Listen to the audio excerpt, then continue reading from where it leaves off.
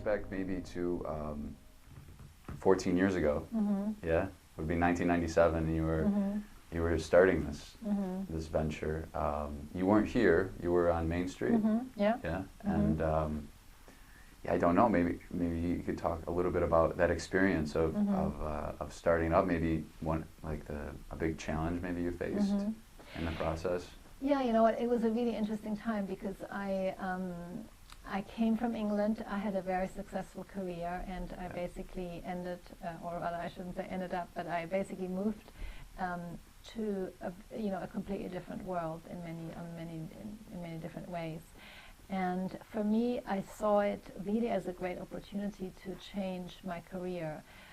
Even though I was doing a little bit of media work the first year I was living here, I was traveling for that, but I felt I already had started to do yoga. I already was deeply entrenched in the practice, and I just felt a strong desire to teach, and I never really had any plans. It sort of all said, okay, well, I was together with other two women, and we opened a place on Main Street, and there was no business plan. It was sort of like, okay, let's see what happens. And within 6 months, the two other women left, and one was a painter. She was doing, they were not doing yoga exactly. They were just doing other modalities. And so I was there, and it was a very Spartan place. There was nothing in it. There was no money in it whatsoever. And the classes were very, very small, and I had my first yoga student who later became a yoga teacher. She just came in, and she was a hairdresser, and she talked to other people, and then there was other people, and so it slowly grew. In a way, I thought it was very beautiful because for me it was a complete offering what I had without really thinking about what I would get out of it, because for a number of years I didn't really get anything in terms of financially. I just said, this is what I want to do, and this is what I'm doing, and so whatever I can get in terms of income from that, great, but if I don't get anything, that's just the way it is at the moment. Yeah. So I never really thought about that aspect. And then in 1999 and 2000, really the yoga boom started to happen, and suddenly the classes started to become really full, and suddenly I needed other yoga instructors, and so it kind of grew from there. So you were a bit ahead of that boom, yeah? Yeah, I was ahead because in 1997, really there was not a lot of people who practice yoga. Yeah. And so if we go back 10 more years, to I guess, where were you then? You were in London, or? In 1987, I was actually in the Southwest. I was in New Mexico. I was finishing my 87. Yeah, no, that was I was. I did my dissertation in anthropology about the Pueblo Indians, and so I lived there for a while, and so I spent some time in the Southwest of America. Okay. And so, would you have ever thought back in never 1987 Western New York? No, never. Yeah. I never thought. I mean, I never. Life is a journey, so you never really know where you end up. But I certainly, when you grow up in a place, you kind of think that you're going to be at least staying in the same continent. So that didn't happen. Yeah. Well, I mean, I know from in your classes, you talk about trying to distance yourself from planning, or maybe from this idea of like judgment or control in a way. Yeah.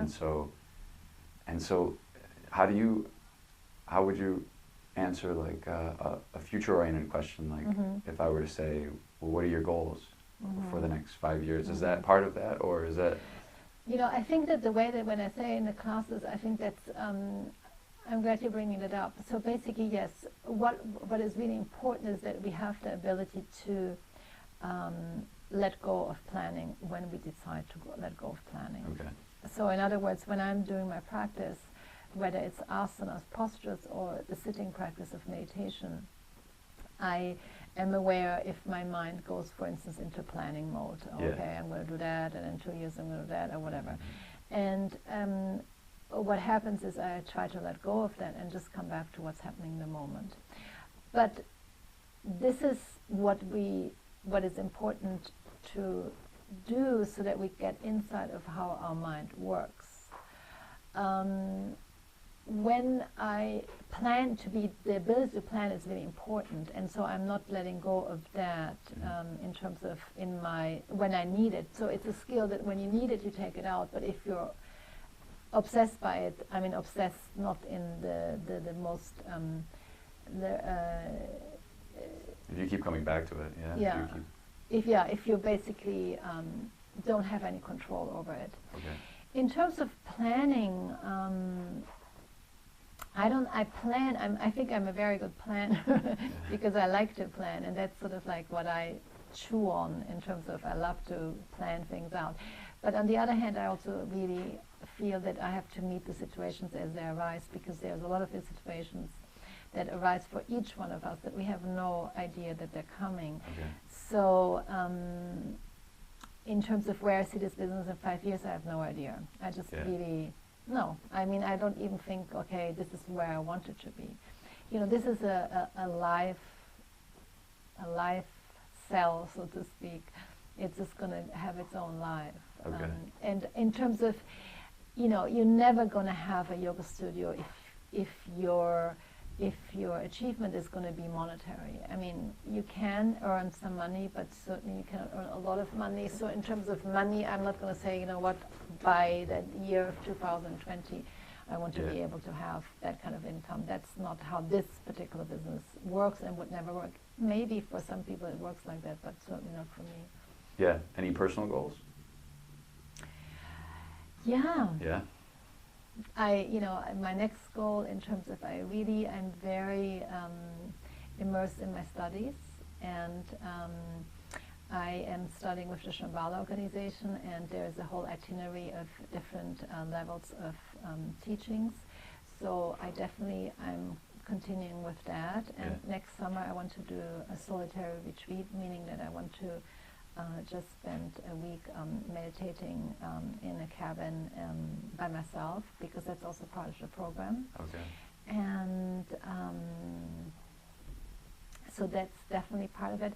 I would love to write, and so I think that if there's time, I would like to be able to write something. I've had this idea for a few years, and we'll see if ever anything comes out of it. Meaning writing about some of the yoga experiences that I feel is important to describe. Okay. Well, thanks very much for joining us. You're very welcome. Okay. Thank you. All right. Thank you for joining us at smallbusinessbuffalo.com.